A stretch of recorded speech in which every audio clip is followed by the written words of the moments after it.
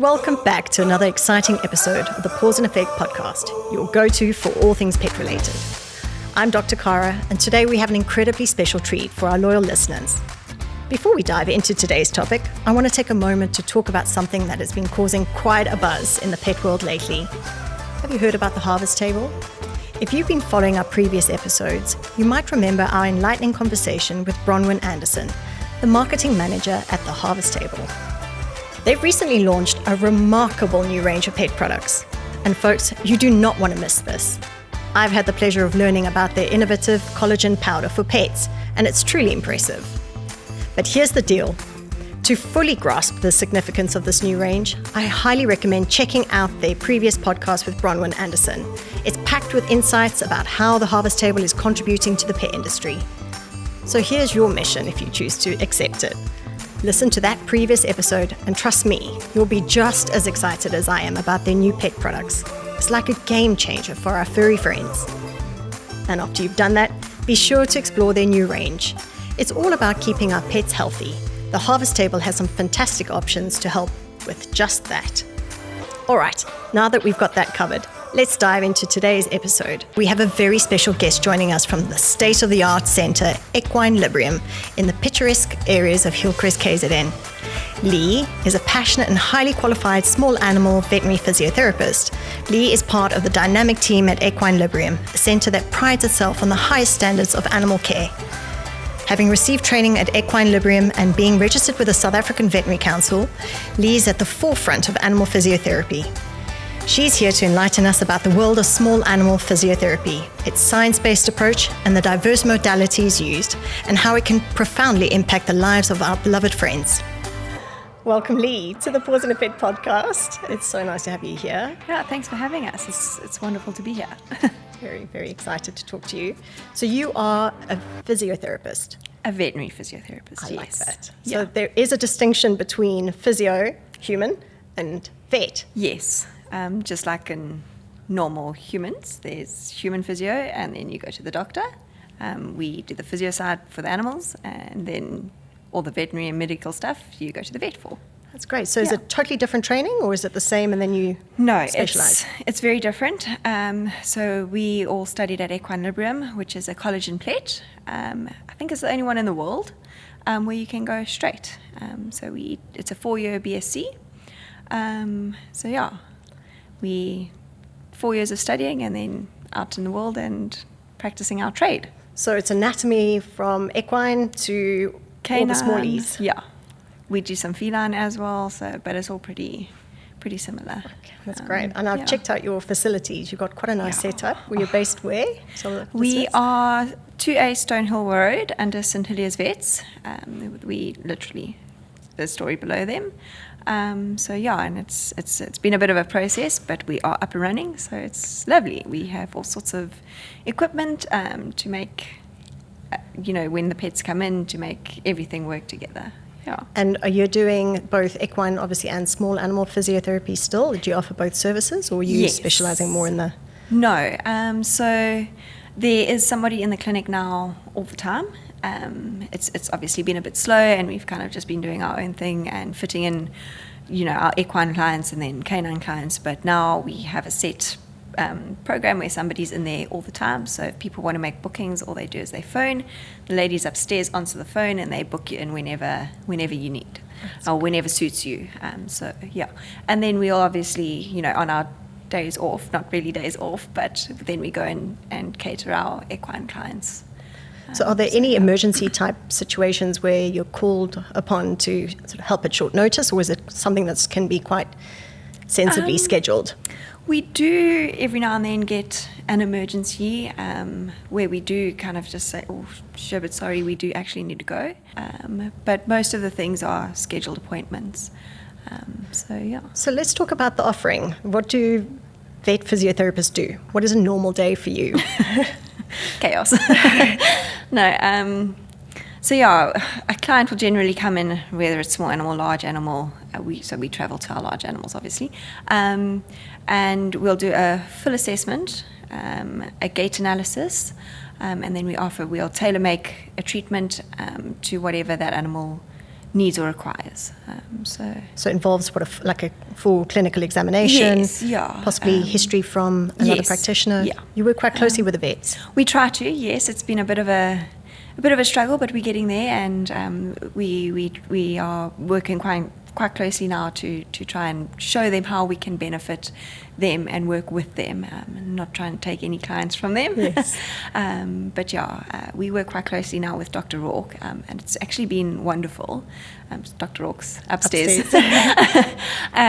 So he'll often do a surgery and say, Leigh, this one needs some physio, can you come up? And we'll go and really ice laser, passive range of motion, and just try and get that animal healing as fast as possible. And then obviously we try to carry on the physio depending on whether the client actually wants it. We do recommend it to get that animal up and going as fast as possible. That's great. And as functionally as possible. Yeah. So I think, obviously this is now the fact that we've got this offering, we can now start talking about it and promoting it. But, without you guys, we possibly had to just deal with our nurses and our sort of in-house team to try and support our pets. But I would have assumed that anything that's been recumbent, i.e. collapsed within the practice, had any surgery, animals in pain, aging pets. Give us typical cases you see. So obviously we're getting quite a lot of post-op now. Okay. We've got quite a few geriatric. And then we actually are running a weight loss special, which Dr. Rourke is pushing quite a lot, because a lot of the issues come from the dogs and cats, smallies, being overweight. So we are running that at the moment.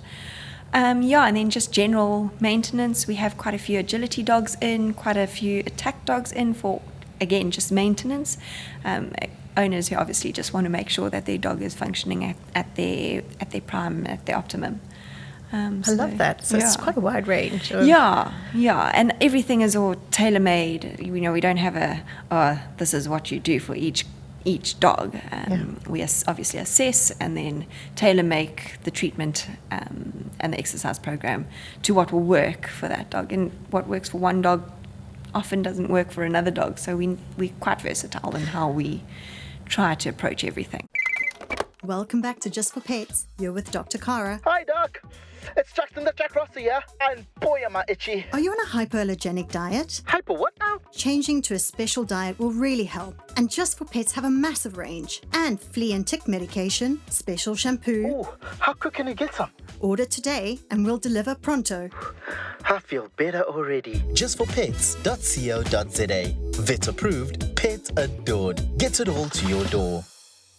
Let's get back to our conversation on the Paws Effect podcast. So what are the modalities that you've got available to you that you can consider in your... take us through. So many toys. It's so nice. So obviously, in terms of physio, maybe the listeners will think of, physiotherapists, the kind of physio that they're having, which is, tissue massage and manual manipulation. What other things are available to you? I saw a lot of electro stuff, which can seem a bit scary, and shockwave stuff. So tell us, explain each modality if you can. We do offer a lot, which is awesome. And we also do offer a lot of manual. Okay. So that's a big part of our treatments. We have laser therapy, we have TENS or EMS. Paige, my colleague, who we'll chat to a bit later, actually Ferradic a dog, Ferradic or wing screen, or they call it transceiver as well. It's a type of electrotherapy. We've got a shockwave. There's a whole host. And then one of the main things that we have been using is the underwater treadmill, which is we've had the most amazing results with it. And if I'm not mistaken, we are the only people in Natal with one. And it's very impressive. Yeah, it's very cool. It's very, very cool. I'm dying to see a cat in there. Just got this image of a cat walking in the underwater. Or trying to climb out. Yeah. I don't know. So you can use the treadmill with or without water. That's the benefit. We can. So it's actually got both. As long as there's a little bit of water in the bottom just to keep the tread wet, Okay. We can use it without water in there. But the water kind of adds a whole new dimension to them. Like this morning I had a little Maltese who was very snappy, tried to eat me. But in the treadmill he was kind of like, oh no, okay.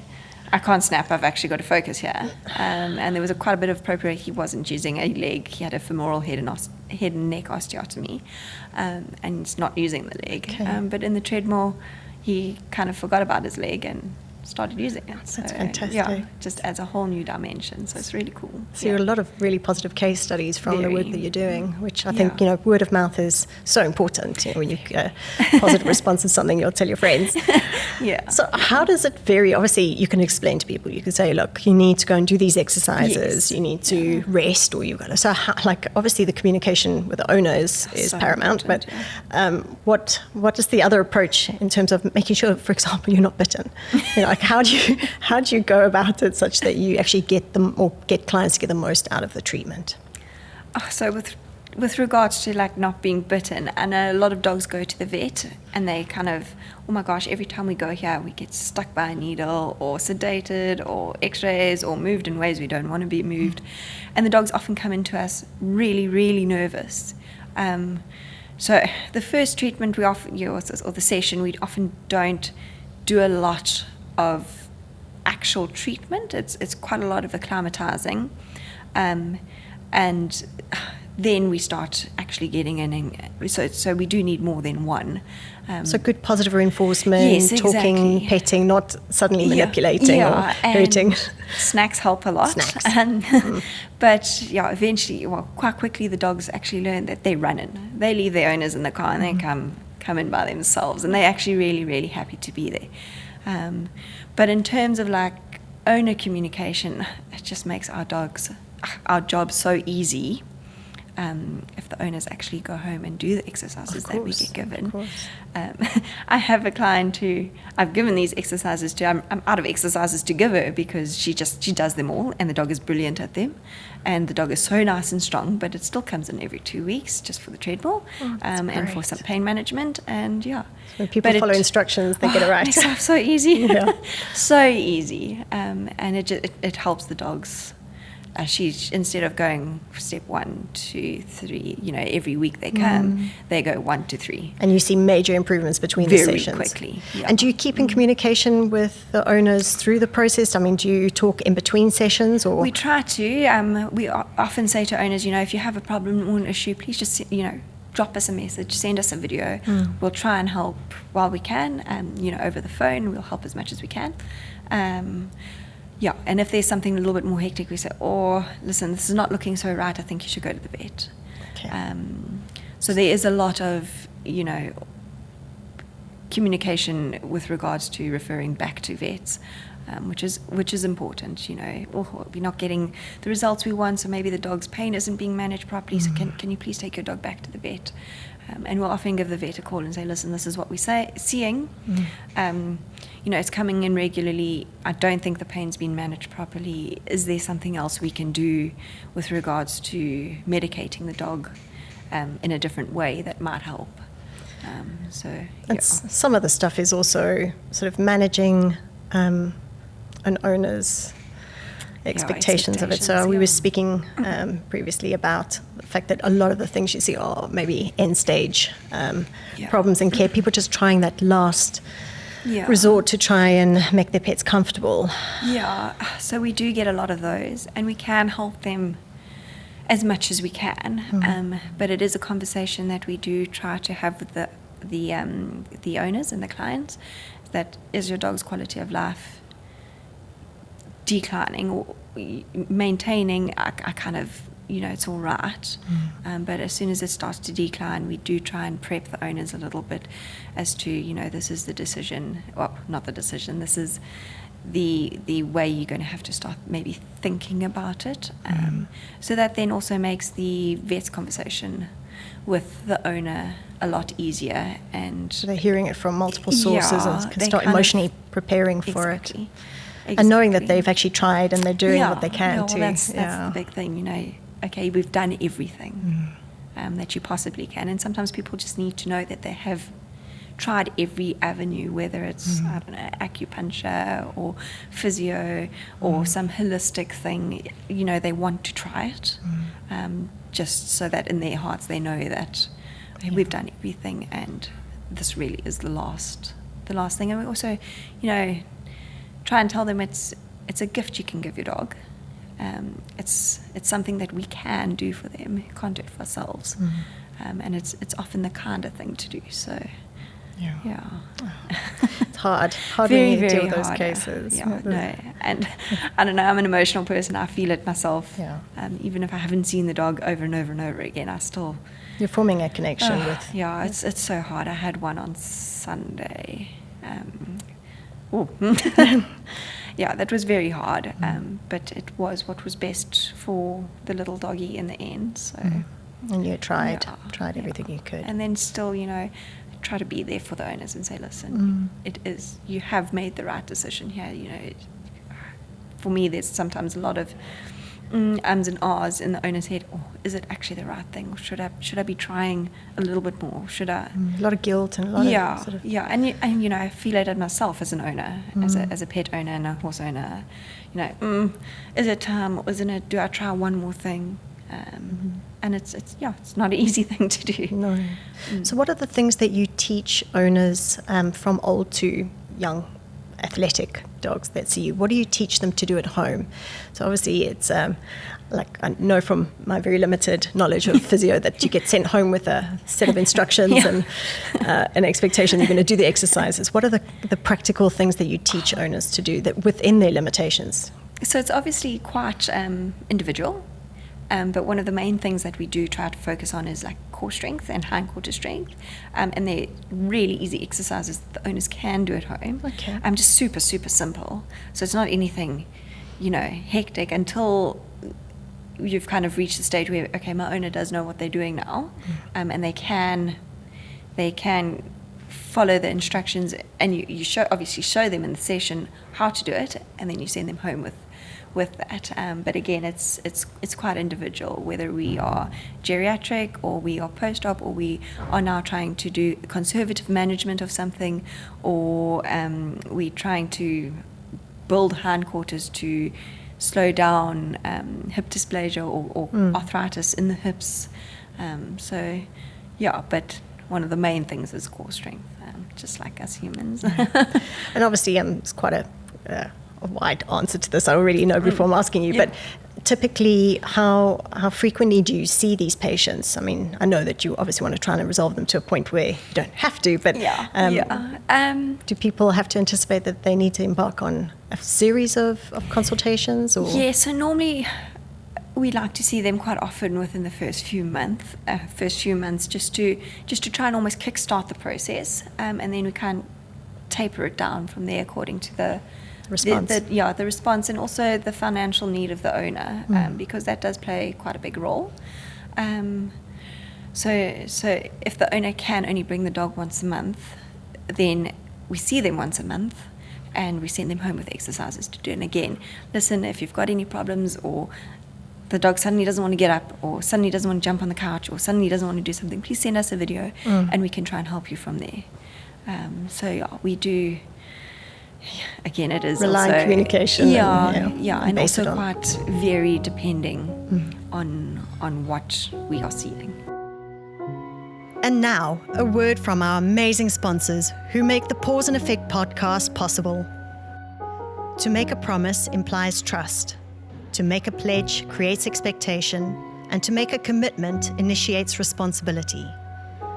For more than 25 years, we have made it our mission to take the ifs, buts, and maybes out of premium pet food.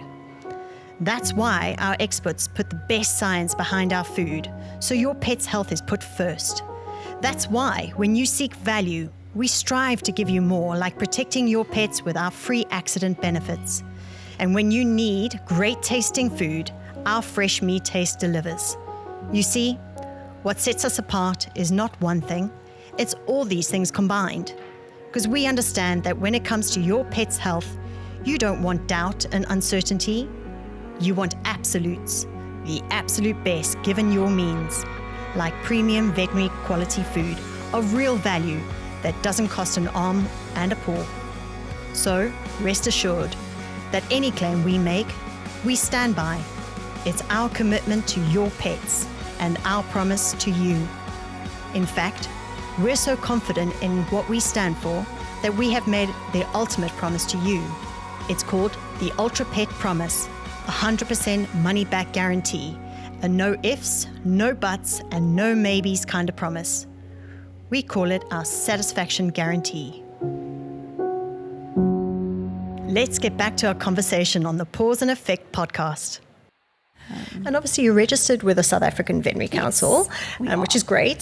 So are vets, and that's it shows that you guys know what you're doing and you're accountable. Yes.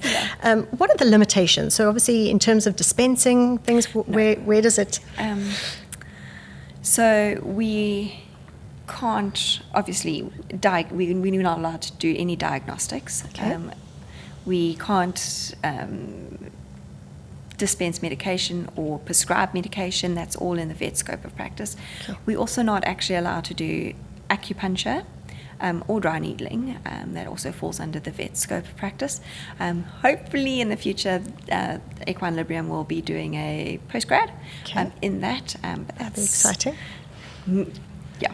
Very exciting. And is there continuous, like the vets, there's the CPD's expectation? Yes. So you guys are constantly renewing your knowledge? Yes. And we're on a 3-year cycle, and we do have to keep up those CPDs, otherwise we lose our registration.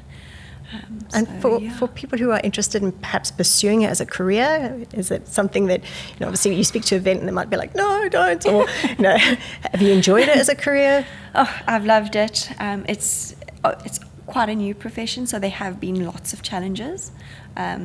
Like for your human physios, it's, you graduate and then you can go and join a practice. Mm-hmm. Whereas for us, we've had to kind of build that. But we are up and running now, so it should be easier for people in the future to actually get into it. And again, it's also a new profession, so there's not a lot of awareness. I mean, there's a couple vets around that we've had referrals from, that the owners are like, the vets didn't even know you guys exist. No, I'm sorry, it's quite new to our thinking because it just has never been offered. So I think it's great. I mean, the more I learn about it and the more we've spoken, there's so many benefits. I mean, I want to go into, because we could talk for hours and hours about this. I love it.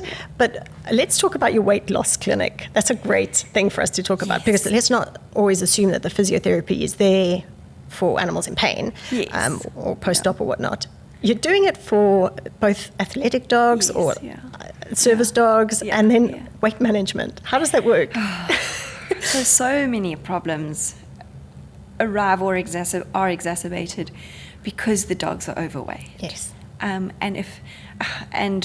there's been a recent study out that most pet owners actually perceive their overweight or obese dog as being normal. So our standards have now changed.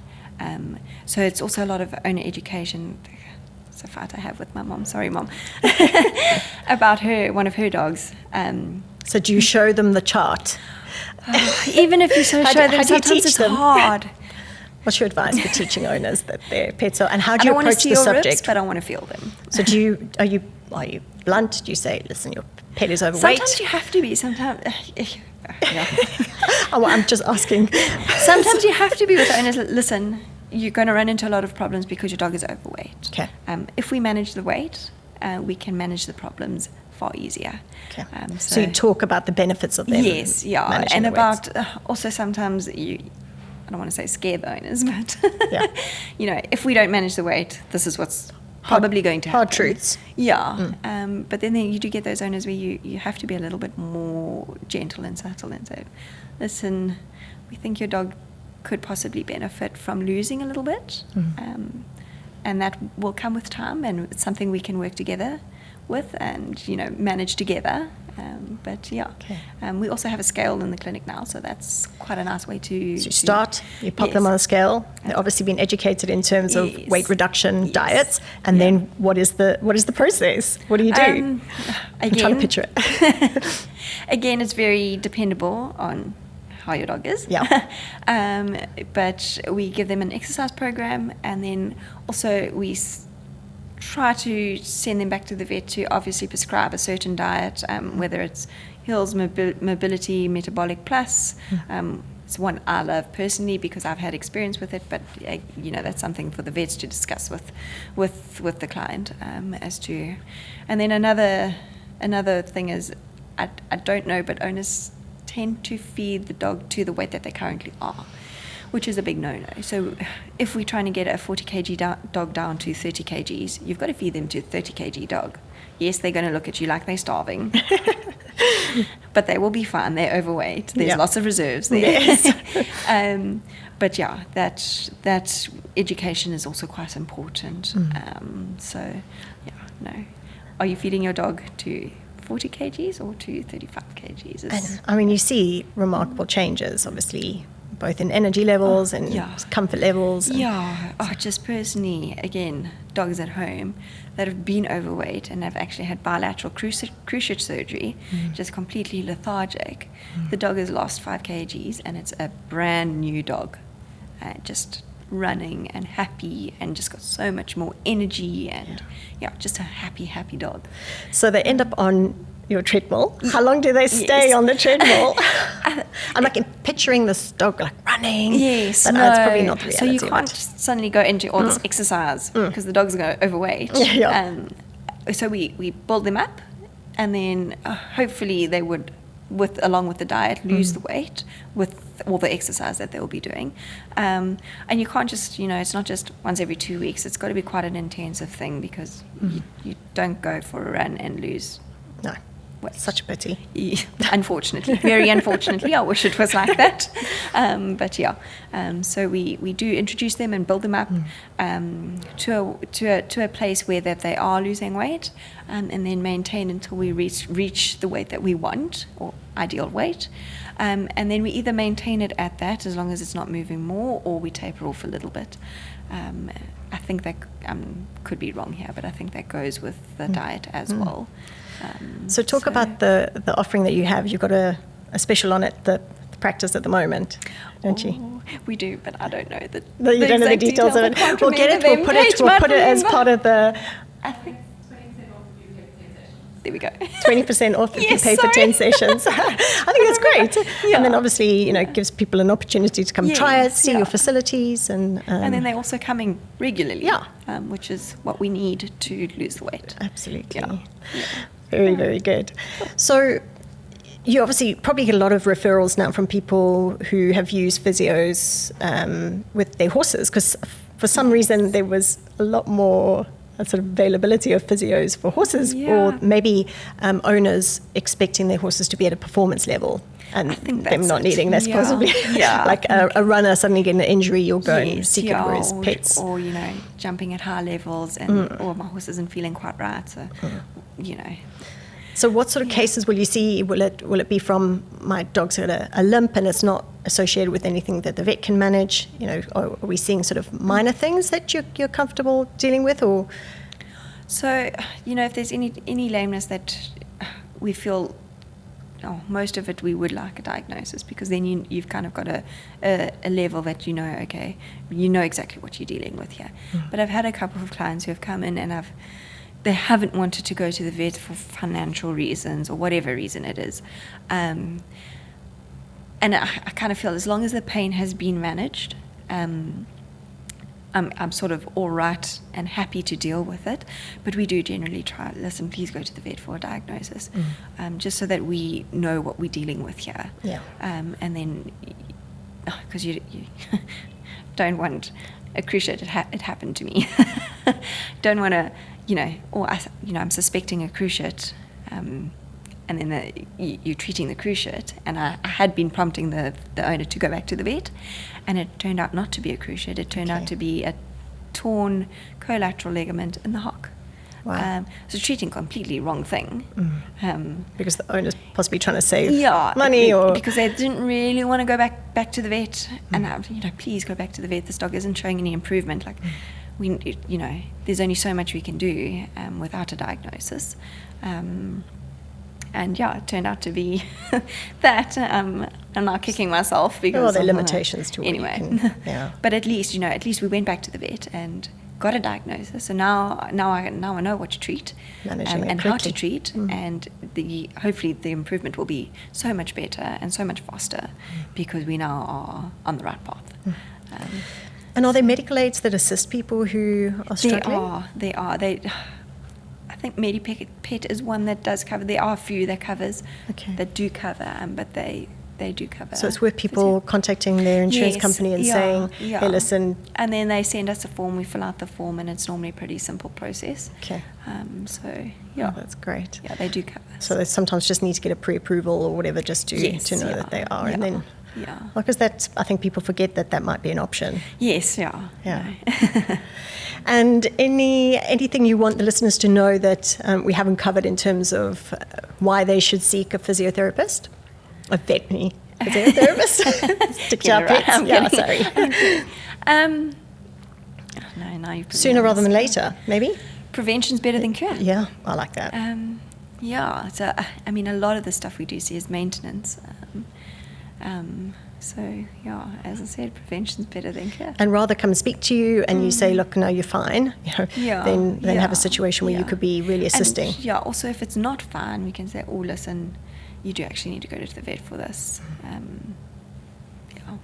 And to the vets out there who don't know about you, you're very approachable. Yes, we're friendly. We just want to help the dogs. And it's nice to have a collaborative sort of approach to managing pain and discomfort. So helpful. And I think it bridges a gap, often a communication gap that the vets don't have when their patients leave them. Often you're like, oh, I'll see you for your follow-up, and you may not, for whatever reason, if they're fine, you don't you have to phone them and like, is everything okay? Whereas this is a great way for some sort of monitoring of the response to the treatment and sort of intervention when it's not maybe going to plan. Hey, it also just helps. If they've gone for surgery or whatever, and they're like, oh, please come back for a follow-up in 4 weeks or 6 weeks or whatever it is. I've had so many that they've gone back to the vet and they're like, it's a different dog. It's life-changing. It's amazing. Don't stop the physio. Yeah. Was one of the comments Don't that stop. One of my clients came back with. Oh, the vet says we mustn't stop the physio because the improvement has just been amazing. So don't stop. That's great. Well, I'm so impressed with what you're doing and offering, and I really wish you guys the absolute success that you deserve. Thank you. I certainly will be referring some of my patients to you.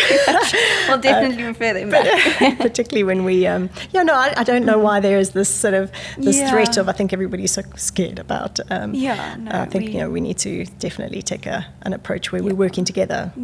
Just a team approach, and we've seen it in the horses, over and over again, with the vet, the physio, the farrier, the Carra, everybody works as one. And all of a sudden you have this hugely successful animal competing at top levels, and they just maintain so well. So it really is a team approach.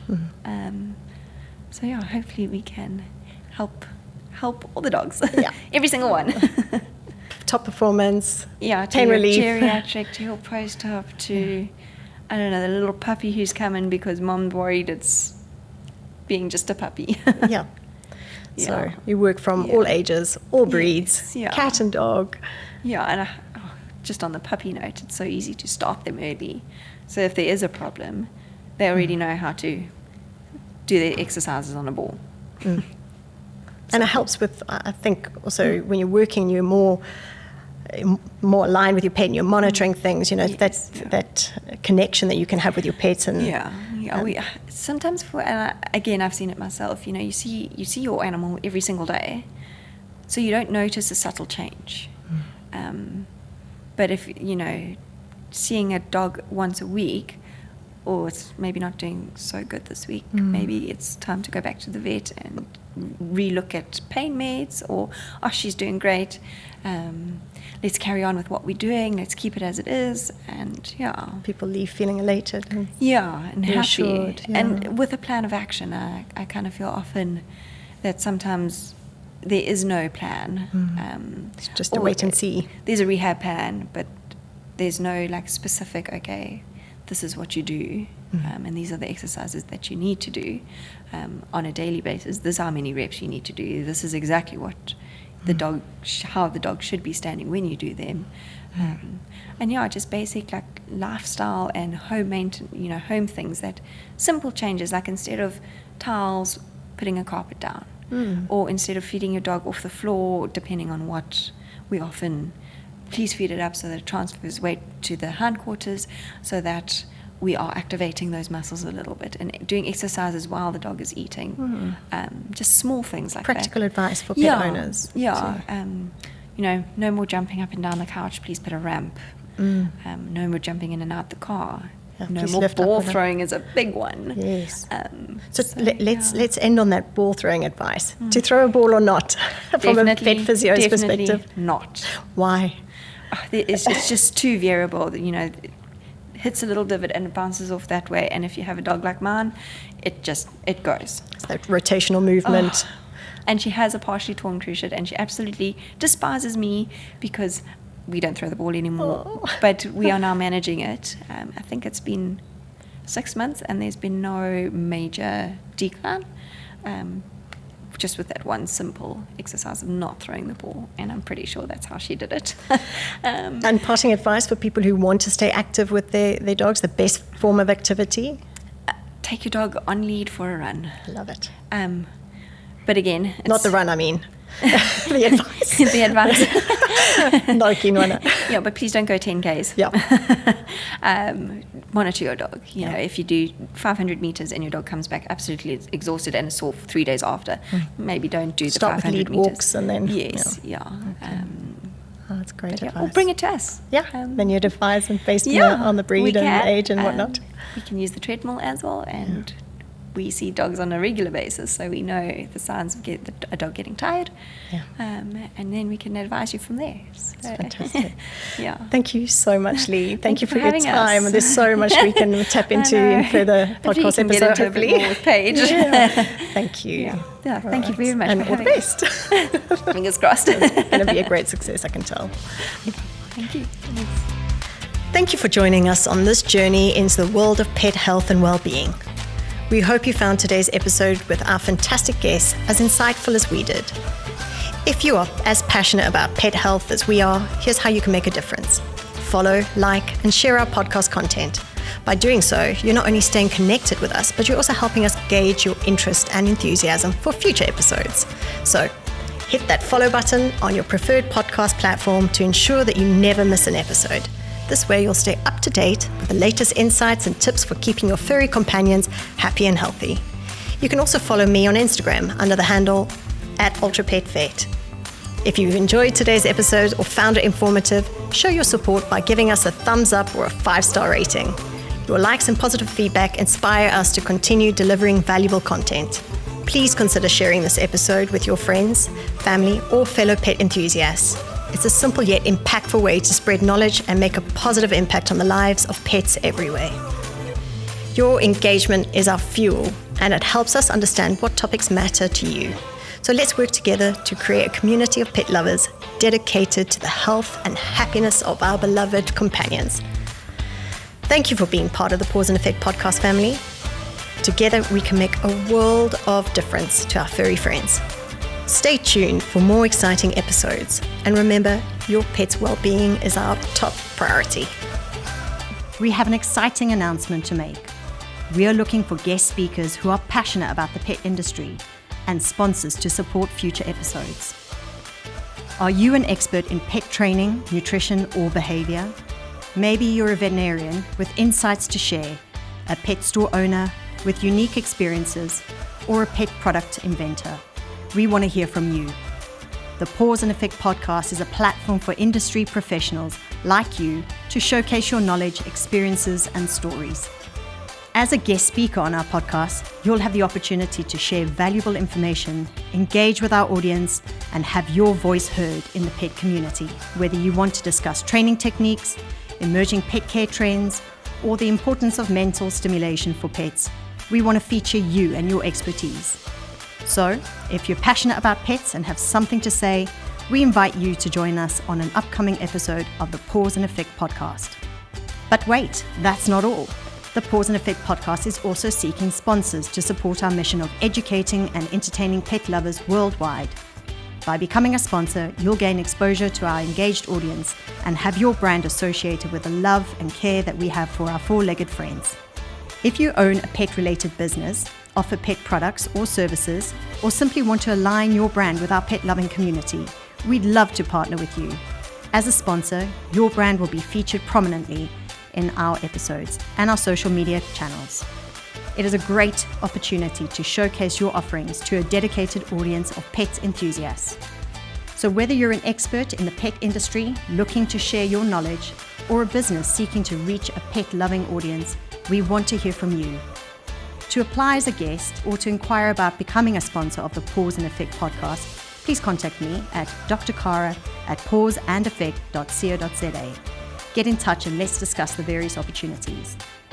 Thank you for joining us today. We can't wait to welcome our future guest speakers and sponsors to the Paws Effect podcast. Remember, every episode is an opportunity to celebrate our four-legged friends.